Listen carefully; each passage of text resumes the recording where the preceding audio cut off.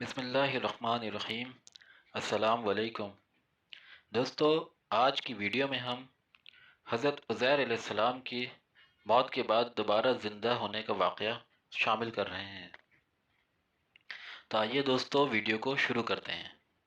تفسیر روح المعانی میں بروایت حاکم حضرت علی، حضرت ابن عباس اور حضرت عبداللہ بن مسعود سے یہ وضاحت بیان کی گئی ہے کہ ایک دفعہ حضرت عزیر علیہ السلام کا گزر ایک ایسی بستی پر ہوا جو اپنے چھتوں پر اوندھی گری پڑی تھی اور سب انسان مرے پڑے تھے۔ اس پر حضرت عزیر علیہ السلام نے اپنے دل میں کہا کہ یہ آبادی تو ہلاک ہو چکی ہے، اسے اللہ تعالیٰ کس طرح دوبارہ زندگی بخشے گا؟ اس سوال کا یہ مطلب نہ تھا کہ حضرت عزیر علیہ السلام حیات بعد الموت کے منکر تھے یا انہیں اس میں شک و شبہ تھا، بلکہ وہ حقیقت کا عین مشاہدہ کرنا چاہتے تھے، جیسا کہ انبیاء کرام کو کروایا جاتا ہے۔ دوستو، حضرت عزیر علیہ السلام کے اس خیال پر اللہ تعالیٰ نے ان کی روح قبض کر لی اور وہ پورے 100 برس تک مردہ پڑے رہے۔ اس کے بعد اللہ تعالیٰ نے انہیں دوبارہ زندگی بخشی اور ان سے پوچھا کہ اے عزیر، بتاؤ کتنی مدت تک پڑے رہے ہو؟ حضرت عزیر علیہ السلام نے فرمایا کہ یا اللہ، ایک دن یا اس سے بھی کچھ کم۔ اس پر اللہ تعالیٰ نے فرمایا کہ تم پر 100 برس اسی حالت پر گزر گئے ہیں، اب تم ذرا اپنے کھانے پینے کی چیزوں کو دیکھو جو سفر میں ان کے ساتھ تھا۔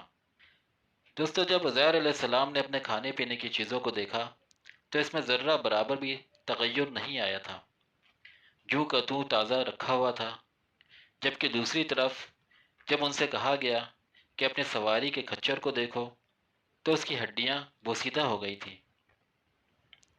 اس کے بعد پھر اللہ تعالیٰ نے حضرت عزیر علیہ السلام سے فرمایا کہ ہم نے اس لیے کیا کہ ہم آپ کو لوگوں کے لیے ایک نشانی بنا دینا چاہتے تھے، یعنی کہ ایک ایسے شخص کا زندہ پلٹ آنا جسے دنیا 100 برس پہلے مردہ سمجھ چکی تھی، خود اس کو اپنے ہم اثروں میں ایک جیتی جاگتی نشانی بنا دینے کے لیے کافی تھا۔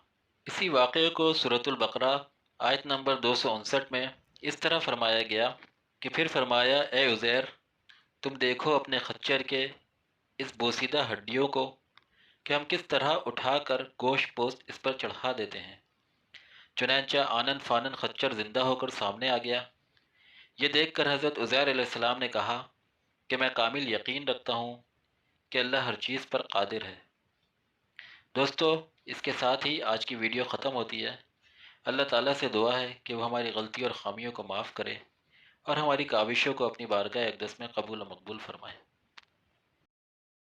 دوستو، اگر آپ کو ویڈیو اچھی لگی ہے تو ویڈیو کو لائک کریں، چینل کو سبسکرائب کریں اور بیل آئیکن پہ کلک کریں۔